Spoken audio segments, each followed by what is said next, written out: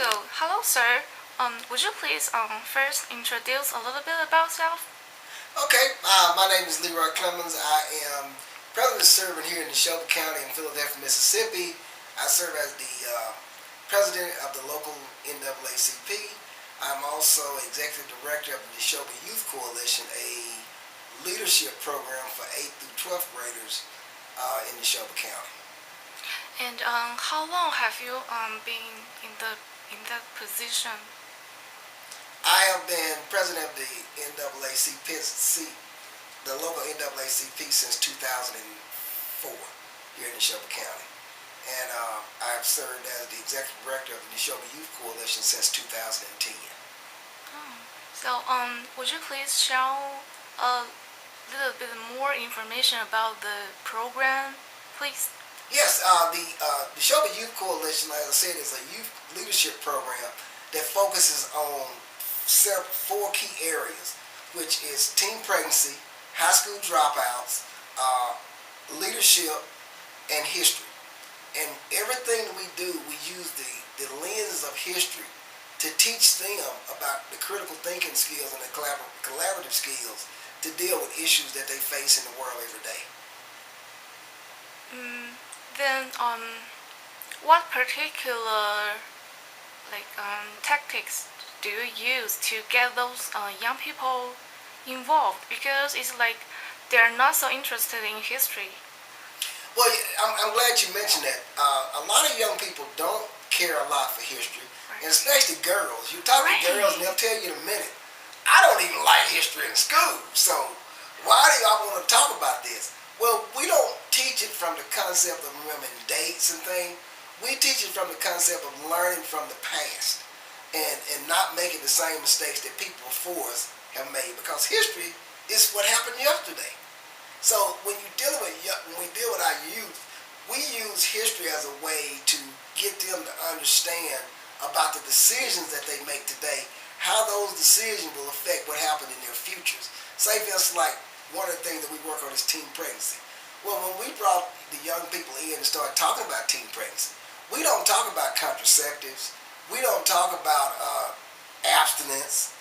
We teach them critical thinking skills, so that if in a situation, if you make this choice here, this could possibly be the consequence of that choice based on what others who have gone before you have done.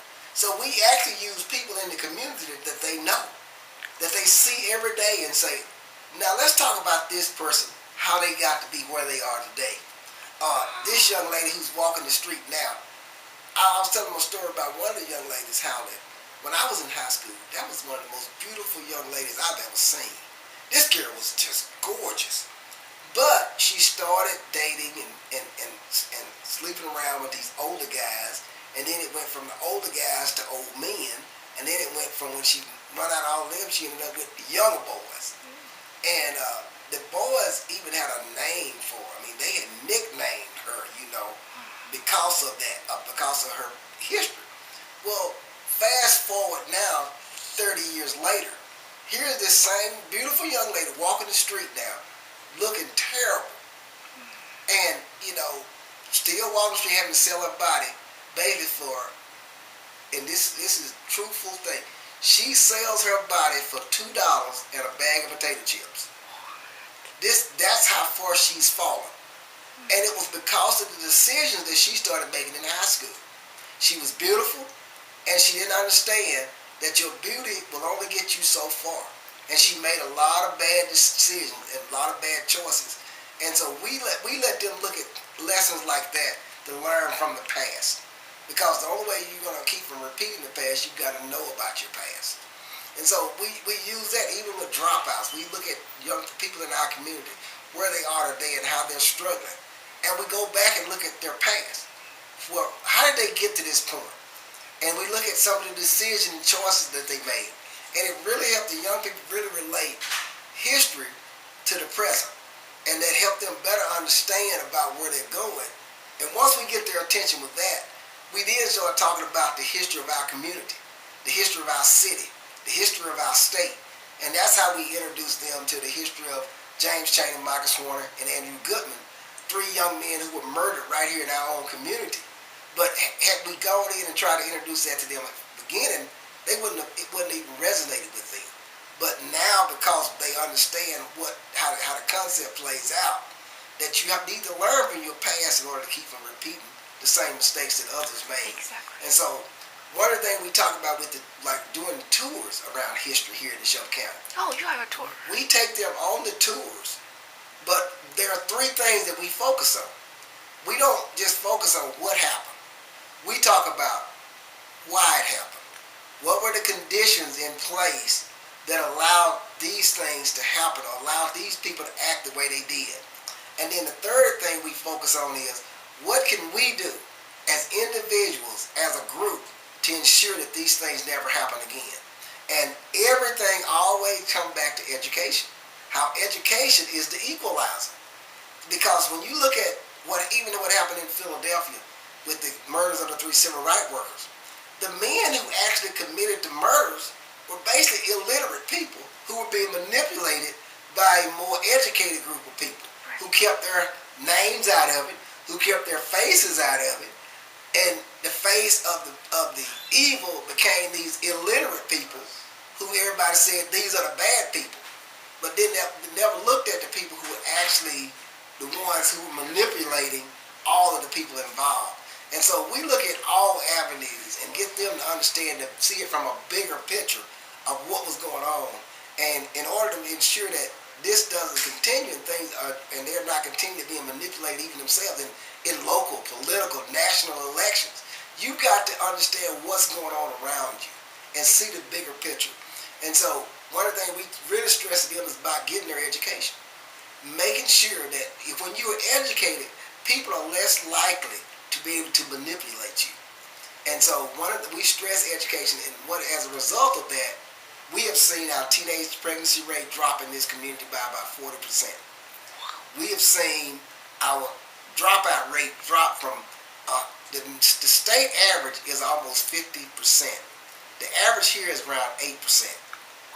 So we've had a lot of success not teaching them don't do, but teaching them empowering them to be able to think for themselves critically and ask the right questions. If I do this, what's going to happen?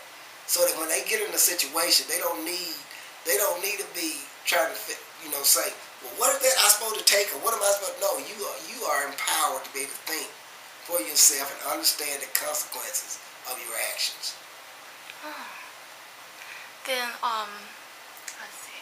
So you just shared the video with us, and would you please tell me more information about the video? Yeah, one of the things that we do as part of our leadership program here in Shelby County, we work with high schoolers, 8th through 12th grade, and also with college. Those who've gone through the program that goes on to college, we also include them and follow them also throughout their college career.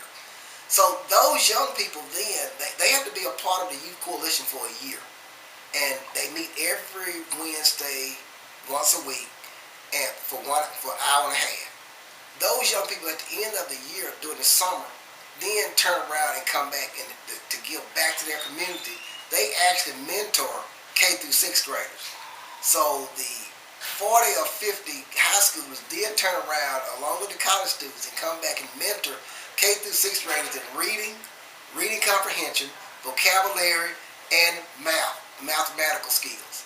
And they work with them all summer long to help them build their skills in those areas. So this summer we had an opportunity to open up our first Freedom School in the Shelby County since 1964, since Freedom Summer. And so we had 50 first, second, and third graders as part of that program. And their focus is literacy. The Freedom School is a literacy and enrichment program that really helps kids work on their reading, because in Mississippi we have what they call the reading gate test that all third graders have to pass in order to move on to the 4th grade.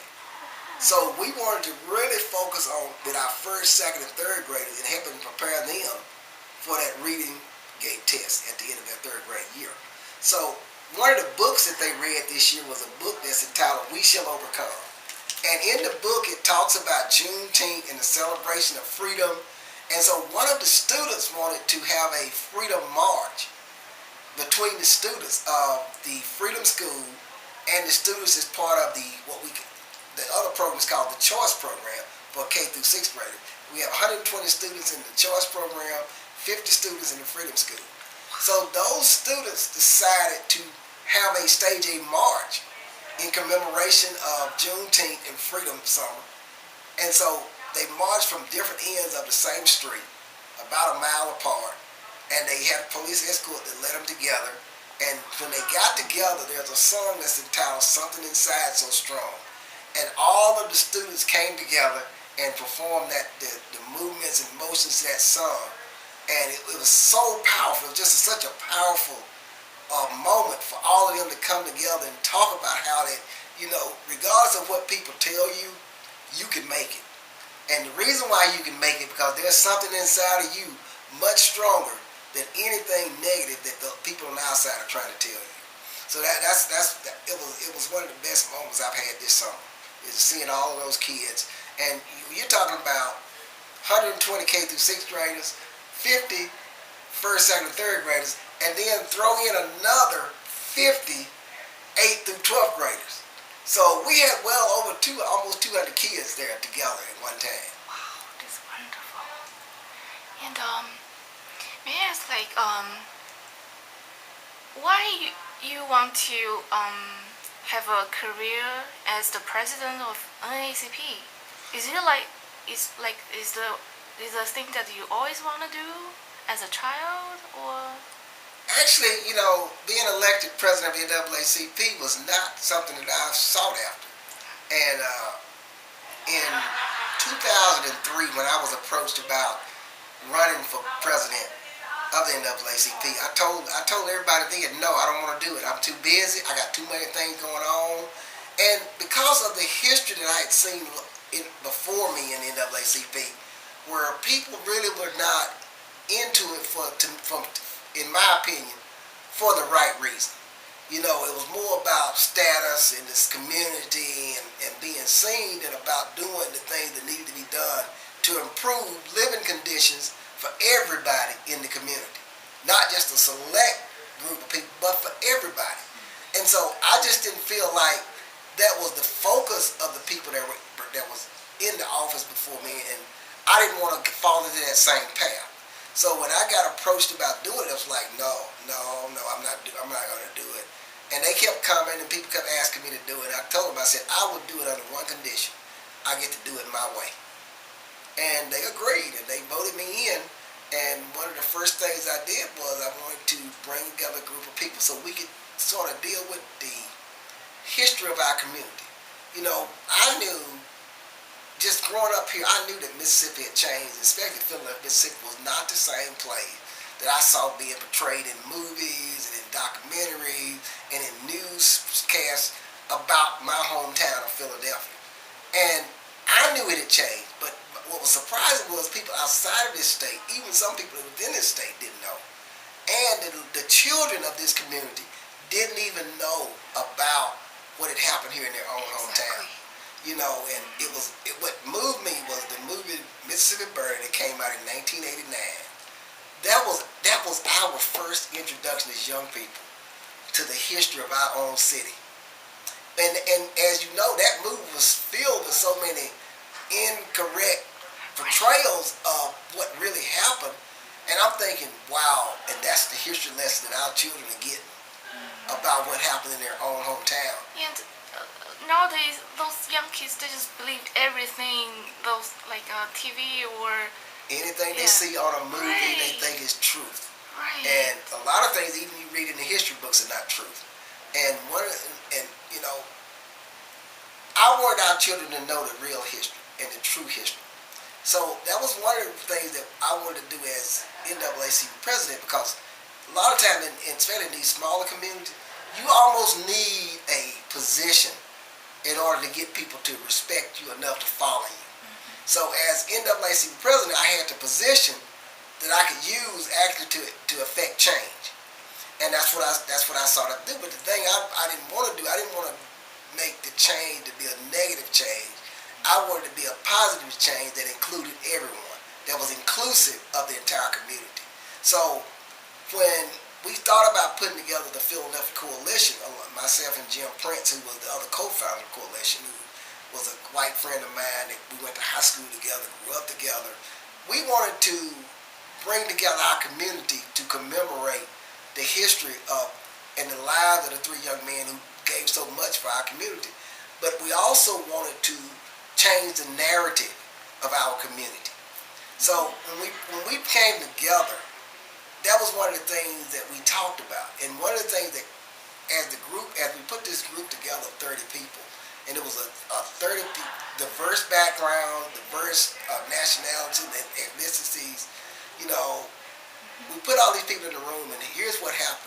When people started talking, one of the things that came clear from every story that was being told in that room was that as a community, how could we say we had moved on and that we had moved forward when we never even acknowledged what happened in our past? Because for 40 years after the murders of the three civil rights workers in this community, nobody talked about it. It was as if it never happened. It was like it was a family secret that everybody knew about. Nobody talked about it. So one of the things it came apparently clear to us was that how can you say as a community that you have changed and that you have moved on when you never even dealt with your past? You never cleaned out the bones and things in your closet that need to be out there. So that's how we came about making the call for justice and asking the state officials, local officials, to do everything within their power to bring those responsible for those young men's death to justice. And a lot of people say, well, he's 80 years old, these men are old. What good is that going to do? To us, it was not about the conviction. It was more about us as a community doing the right thing. And coming together as a community and speaking with one voice saying, this is not acceptable to us. What these men did is not part of our community. It's not acceptable to our community. And we want justice done for these young men for what was done to them. That was something that this community needed to do. And that's what the coalition's purpose was. And it was a twofold purpose. It was about really sharing our own story and changing the narrative, as well as educating our youth about their past, because like I said, when you don't know your history, you're condemned to repeat it. And so we wanted to make sure they knew what had happened in their community. We wanted them to more understand why it happened. What were the conditions, environments in place that allowed this type of hatred to take root in our community? We wanted them to understand why that was able to occur. And then the last thing we wanted to really focus on with our young people was to make sure that they understood what they had to do to ensure that those things never repeated themselves in our community again. And so after we brought the coalition together, we had the trial of Edgar Ray Killen, who was the only one out of the 8 who was indicted and convicted. And all 8, there are only 8 that's alive that were a part of the murders that's still alive. Yeah. All 8 names were actually presented to the grand jury, the Neshoba County grand jury. The grand jury only indicted Edgar Ray Killen, and he ended up getting convicted 41 years to the exact date of the murder, June 21st, 2005. He was convicted. He was sentenced to 60 years in parchment for the murders of the 3 young men. And what was interesting about that, everybody thought that was what we wanted. What was more important to us is what happened the day after his conviction. The day after his conviction, Philadelphia, Mississippi hosted the first Civil Rights Teachers Conference in the state. We had over 105 teachers to attend from all over the state, to coming in to learn how to teach civil rights in their local school districts. And as a result of that meeting of those teachers, it led us to want to make a move to try to get a civil rights curriculum bill passed through the legislature. And so in 2006, that's what we started working on. Well, by 2010, we had the bill passed, It was signed off on by Governor Haley Barbour. It became part of the state curriculum in every public school in the state of Mississippi. So Mississippi became, in 2010, became the first state in the union with a civil rights curriculum bill mandated to be taught in every public school in the state. So now every public school in this state has to teach civil rights education. And to make sure that the curriculum wasn't going to be whitewashed, the state asked us and others if we would be part of helping to develop the curriculum. So from 2006 to 2010, we worked on developing a curriculum that would be fair and accurate and actually tell the whole story about what happened during the civil rights era here in Mississippi. And so in 2010, it was implemented. Wow. And last question. Okay. Would you please say hi to Delaware State University? Yes.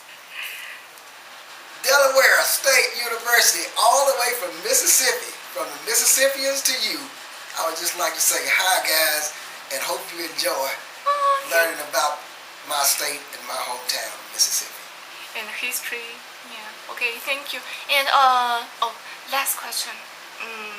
Would you please give some advice or suggestions to the students? Oh yes, guys, all of you are in college, and I know you're working toward careers, but don't forget to, whatever path you choose to take, don't forget to go back and give back to those who are behind you. That is one of the most important things that you need to take away. You have an opportunity to learn, to excel, to be something at another level. Don't forget to turn around and help the next generation to achieve the same goals. Thank you so much, sir. Thank you. Okay.